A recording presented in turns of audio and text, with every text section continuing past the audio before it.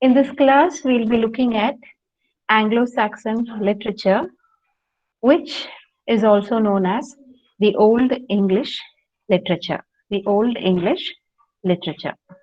So, this is the last topic of our first module. With this, we'll be done with the first module, which took us through the initial stages of Great Britain, and we'll be the whole module comes to an end with the Norman conquest. So that is one whole lot of time. So now, if we are to look at the phases of Old English literature, it is divided into three. The first phase is that wherein you have this priest called Bede, who was important. He was the main contributor. So we call it the age of Bede, so around 735 AD or so. The second phase consisted of King Alfred's program, that is his contribution to literature and all the translations that he did, and the compilation, the chronicles that he put people on. Right, so that's the second phase, King Alfred's program, dated around 899 AD. And the third phase is known as the Benedictine revival in the 10th century. So that's the last phase. And it is during this phase we have the coming of the Normans, the Norman conquest. So starting with the age of Bede, ending with the coming of the Normans. That's a period of the Old English literature. And if we have to look at the literary output, we find the genres that we'll be talking about here are poetry and prose. So poetry in the initial stages, it was oral, and later we have poetry being put down in words. That is the transition to the written period. And initially these poems were pagan in origin, pagan as in non-Christian, and based on what do you call beliefs in nature, the transcendental, the supernatural, things like that.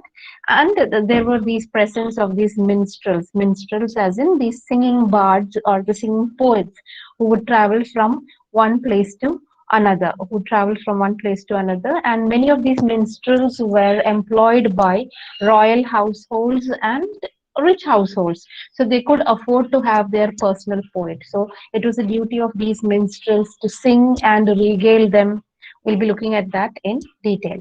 And the prose came much later, towards the second half or even after that of these periods. So prose was mainly written by the Christian monks, and one important name we need to remember when we are talking about prose is that of King Alfred the Great. Now we are going to talk about Anglo-Saxon poetry.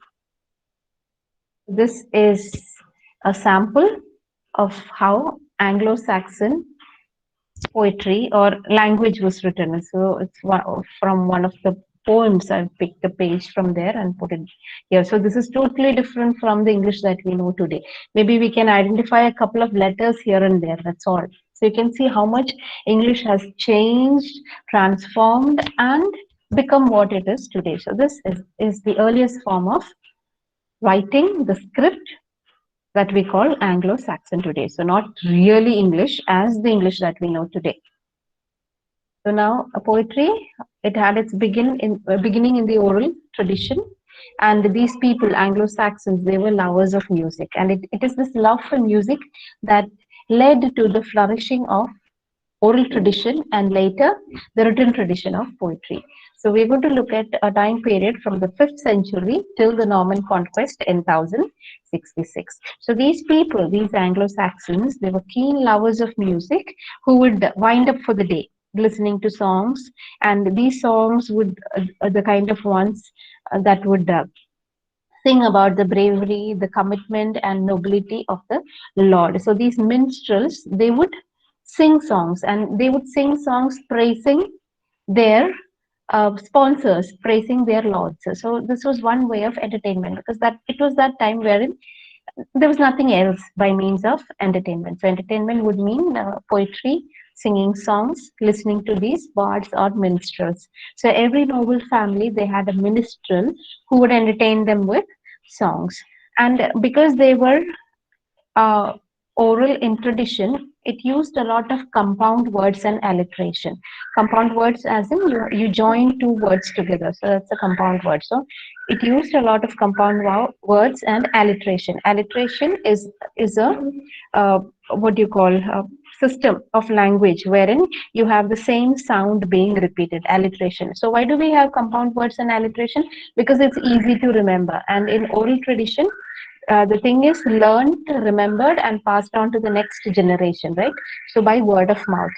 So these kind of words and alliteration was quite helpful for people to remember. So please remember these, the very first poems, the oral tradition, they had words that were compound in nature and they used a lot of alliteration.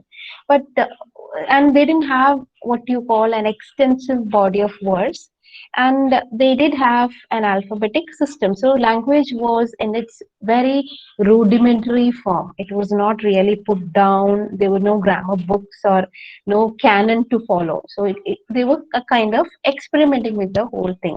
And the earliest poems, they were pagan in nature. Pagan as in talking about the wild, about nature. And you remember their the kind of worship they used to follow, right? So it was pagan in nature. And later you have Christian poems, that is after the coming of Christianity. And Christian monks, they put these oral songs into writing. Now, if we have to look at the characteristics of Anglo-Saxon poetry, we have already seen how they used a lot of alliteration and compound words. And the theme was mostly nature. It showed their nature-loving side, their love of war. They were a warring faction, if you remember, right? All these different tribes all the time at war with each other. So love of war. So it was more or less heroic poetry which expressed a love of freedom, a community history, love and separation, obviously, then pagan beliefs, and later you have Christian elements and faith. And you don't find any kind of comic elements in these poems. That's very interesting thing because today when you're talking about poetry or any other genre for that matter, you'll be talking about comedy as a very important genre, but not so during the Anglo-Saxon period. So there was no space for comedy because that's the kind of life they lived. War, then at awe towards nature, they had this awe towards nature. So their temperament was totally different. So the landscape was one of grandeur and soberness. So you find this, this grandeur kind of a thing, and the sober landscape, sober as in somber. And we know England was kind of is kind of a cold country, right? So that gets reflected in their poetry also. So this fight against the elements and the struggle with nature, then again struggle with each other, that is the different tribes, the kind of issues they had. So these things get reflected in their poetry.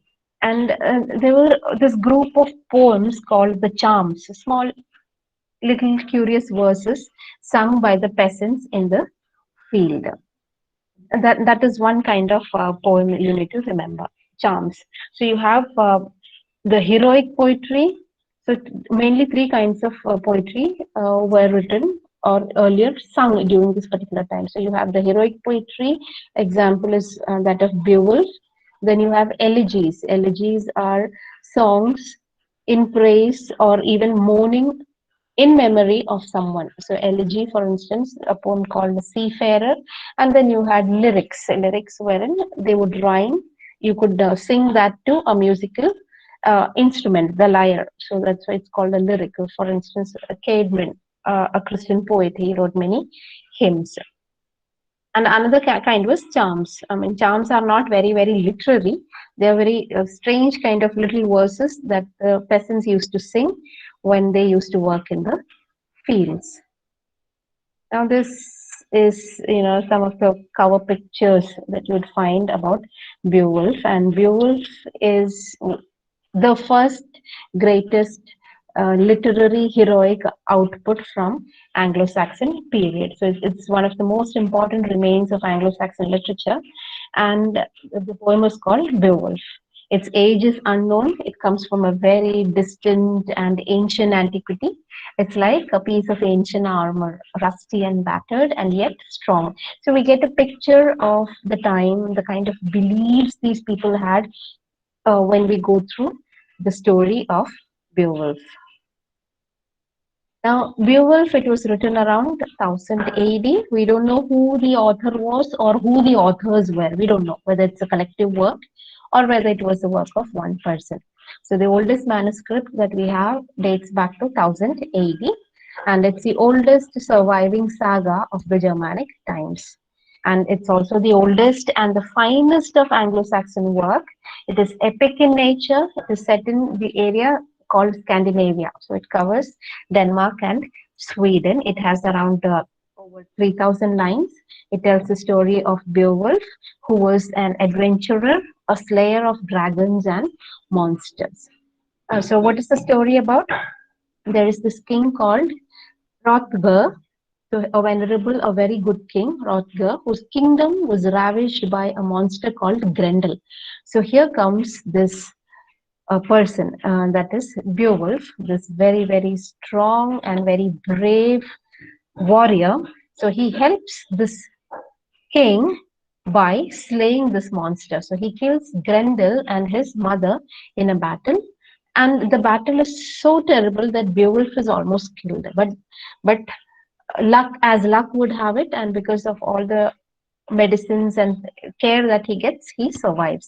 So he goes on to live for many more years. And finally, there's another battle towards the end, a battle with a dragon. And this dragon has all kinds of flaming poison coming out of it. That is when it opens its mouth. And this finally kills him. He is burnt and poisoned by this flaming dragon. But then before he is killed, he manages to kill the dragon also. So that's the kind of brave person Beowulf was. And before dying, what happens? He finds a treasure guarded by this dragon. So he bequeaths this treasure to his people, and he bids a final farewell. That's how the epic poem ends. And there are different versions of Beowulf. That is, as you go along. If you see the whole Anglo-Saxon period, it's from somewhere around 5th century, right? 5th century AD to around 11th century AD till the coming of the uh, Normans, right? So that's a period of around 700, 800 years almost. So you can find different versions. So the initial version is originally pagan, mainly pagan. It's essentially pagan in nature, that is non-Christian, wherein they worship nature, nature was god, they feared nature, those kind of things. And then you have another version, which is the Christian version, wherein Beowulf is seen as a soldier of Christ, fighting Satan in the form of Grendel and other forces of evil. So this becomes a kind of a metaphor of the fight of good against the evil. So that's a Christian version of Beowulf. And then later, the modern version, you will find plenty of comics that is in the modern time. You have Marvel comics, even Hollywood movies coming out with different versions, modern versions of Beowulf. In the next slide, I'll show you some very interesting cover pages of Marvel comics, and even posters of Hollywood movies based on this particular story. See, here you have those books, right? Marvel Comics, DC, Marvel Comics. So you have Beowulf, the Dragon Slayer. In this particular, Grendel is the main person. I mean, the main hero. Then Beowulf, the Dragon Slayer. You can see the kind of picture they have put up. And here you have posters of two movies based on Beowulf. And right at the last one, it's actually Gerard Butler as Beowulf. The movie is called Beowulf and Grendel. So even Hollywood has, even Hollywood has been quite impressed with the story to make it into movies, not one, but more than that. Other important poems from this period, we have very few you could say poems, samples remaining from that period. So we don't know more whether more were written. We can only guess. So these are some of the remaining ones that we have got. And based on this, we are arriving at a general conclusion as to what kind of poetry was written. So, Vitsit is the name of a poem. It's essentially a travelogue. Travelogue is something that narrates the experiences of someone traveling. So, narrating about people, lifestyle, etc. So, this is sung by a minstrel about his travels to different manors. Manors are these huge palaces in which these nobles lived. Different manors and the people and life in each of them. There's another poem called The Complaint of Deer. Now, Complaint of Deer is actually a complaint by a minstrel called Deer. So we understand from the poem that there was a minstrel and his name was Deer. And what is it about? What is he complaining about? He's complaining that his position as the main minstrel has been usurped, that is taken away by another minstrel. So he's complaining about that. So there is this sense of resignation and acceptance of his situation. So he's feeling pretty bad.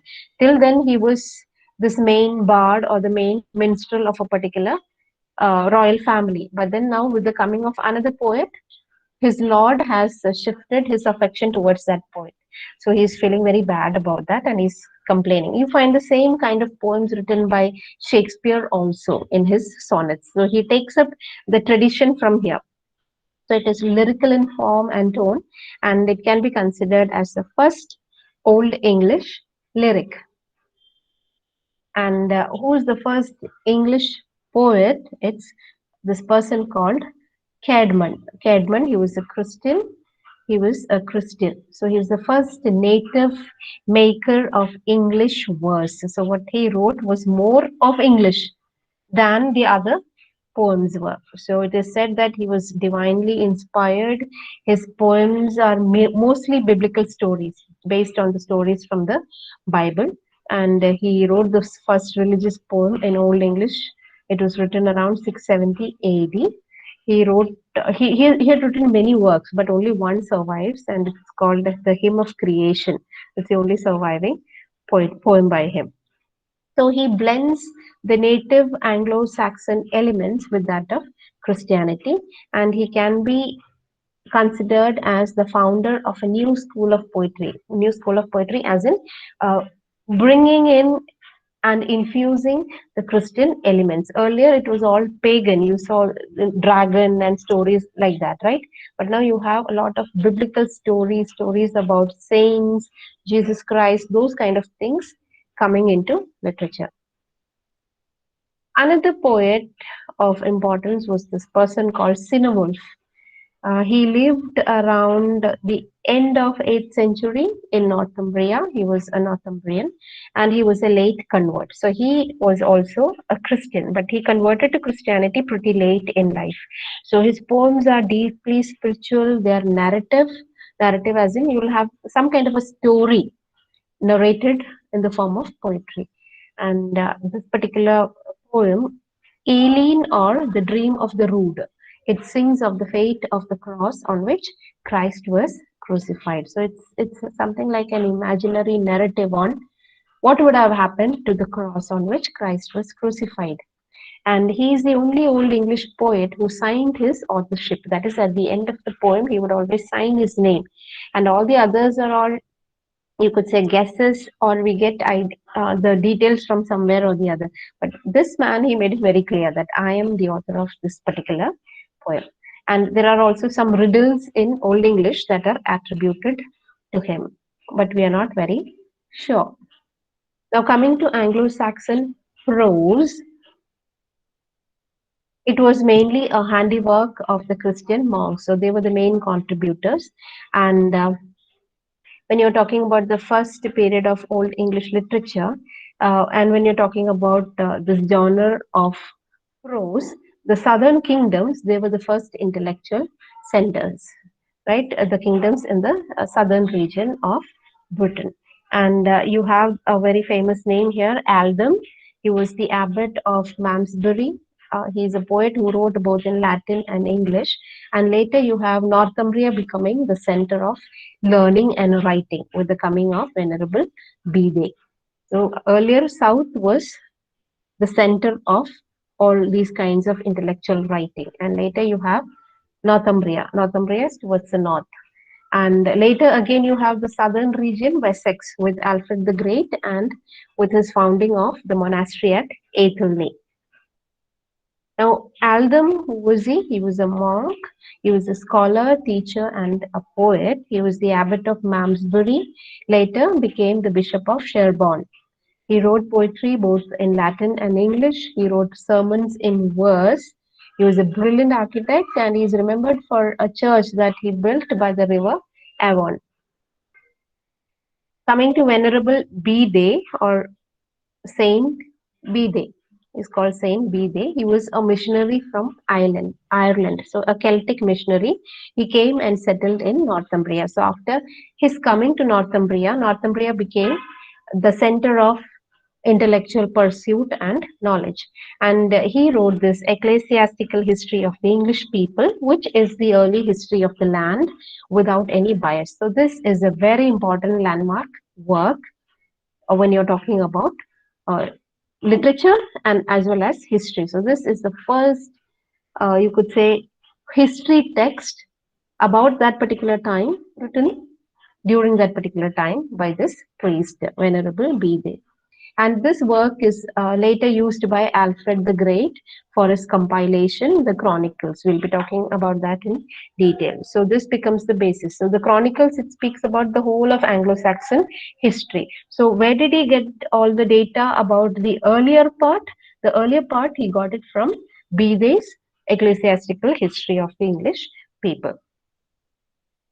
So here are some pictures of Venerable Bede. So almost each of these picture, yeah, all the pictures, they show him with a book in his hand.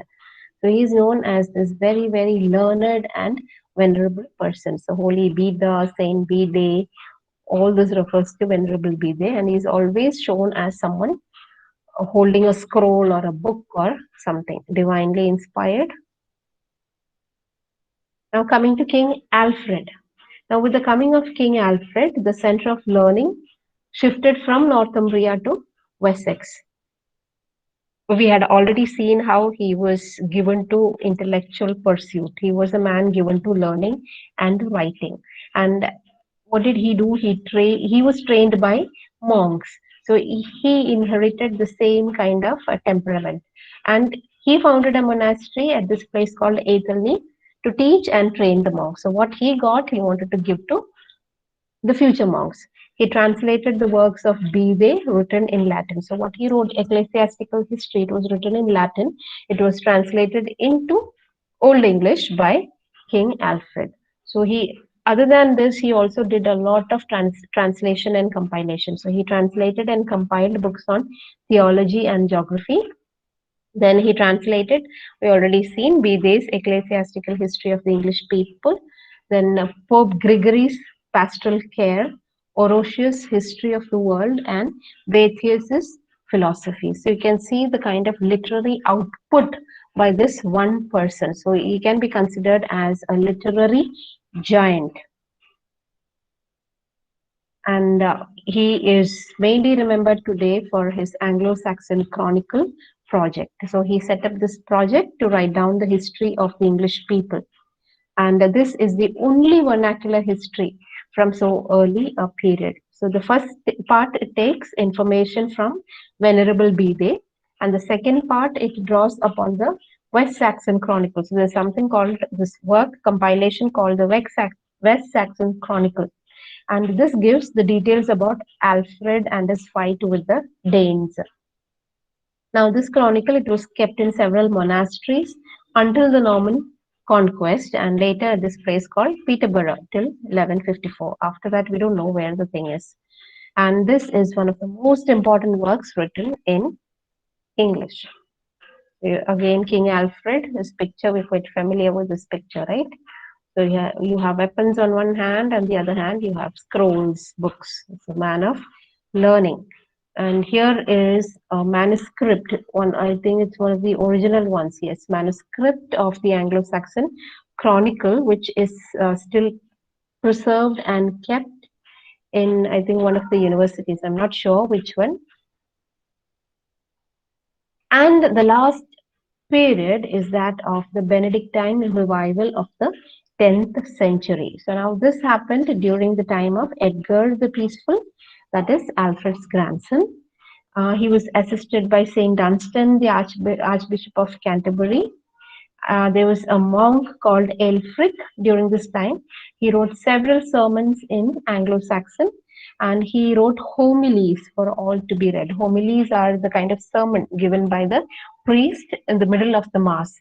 So he did not use a lot of Latin and things that only the learned people understood, whereas he wrote homilies that would be understood by anyone, that is even the illiterate.